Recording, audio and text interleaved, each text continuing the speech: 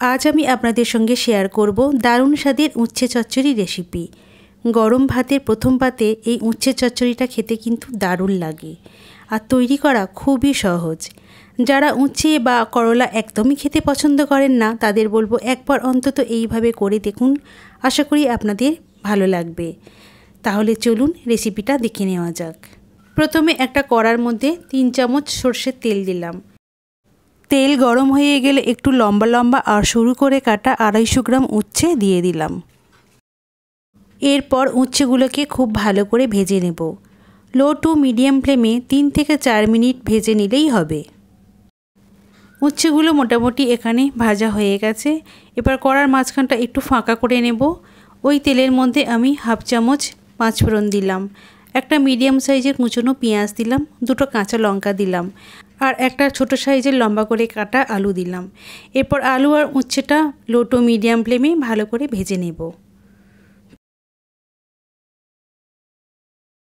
আলু আর পেঁয়াজ ভালো করে ভাজা হয়ে গেলে এর মধ্যে 1/2 চা চামচ হলুদ গুঁড়ো, 1/2 চা চামচ জিরে গুঁড়ো, 1/2 চা চামচ ধনে গুঁড়ো, প্রয়োজন মতো লবণ, 1/2 চা চামচ আদা বাটা দিলাম। এরপর ভালো করে মশলাগুলো কষিয়ে নেব।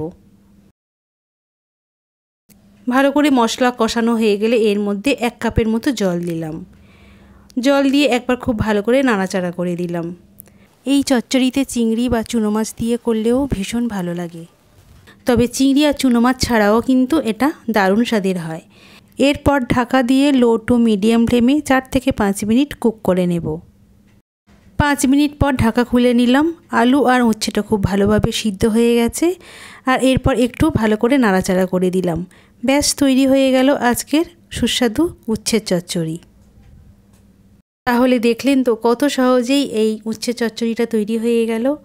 আপনারাও ঠিক এই রকমভাবে একবার করে দেখুন, আশা করি আপনাদের খুব ভালো লাগবে। আজকের রেসিপিটি কেমন হয়েছে প্লিজ কমেন্টে জানাবেন। যদি ভালো লেগে থাকে তাহলে একটা লাইক ও শেয়ার করবেন। আমার চ্যানেলে নতুন হলে সাবস্ক্রাইব করার অনুরোধ রইল। পাশে থাকা বেল আইকনটিতে ক্লিক করে রাখবেন, কারণ আমি যখনই কোনো নতুন ভিডিও দেব খুব তাড়াতাড়ি আপনাদের কাছে পৌঁছে যাবে। আজ এই পর্যন্ত। সুস্থ থাকবেন, ভালো থাকবেন। ধন্যবাদ।